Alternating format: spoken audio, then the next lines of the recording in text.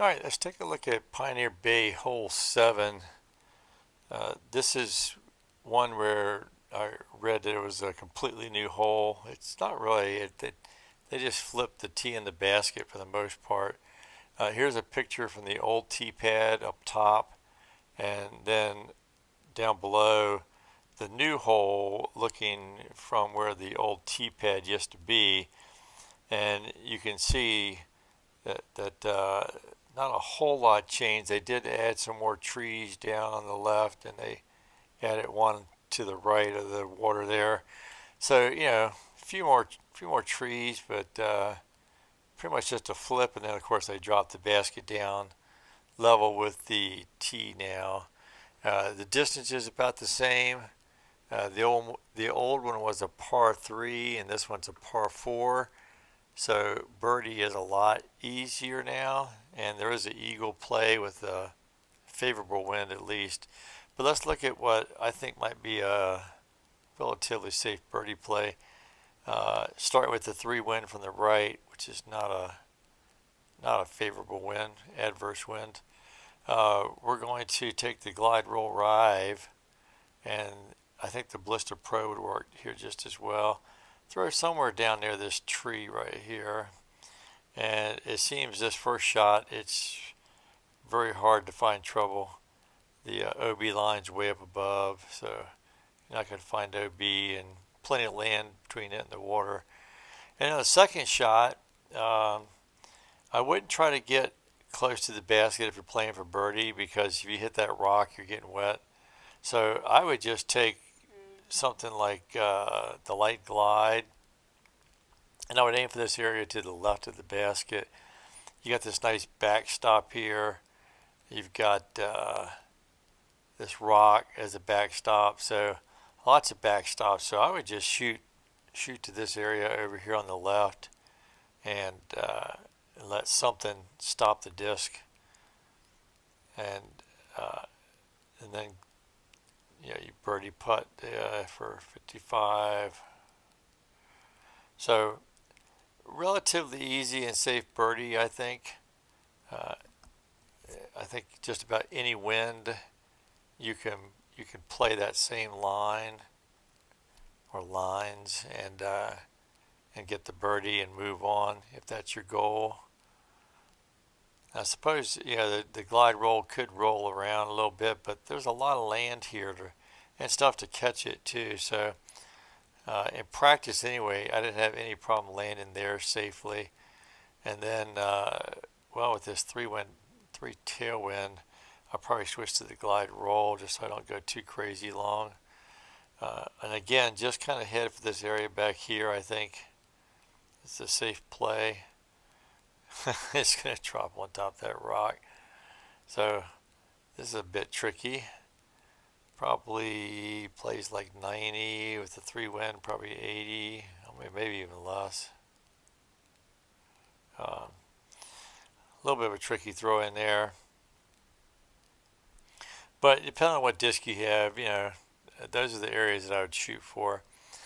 Now let me get a favorable wind for the eagle. I'll be right back. Okay, so looking at the eagle run, I think certainly any one wind is a good opportunity. You can do it in two wind, but it starts to get a little trickier. And there's a couple discs that can work. I tried the turn glide, the rye version, on a backhand, and it worked, but not as consistent as I would like to see to recommend it.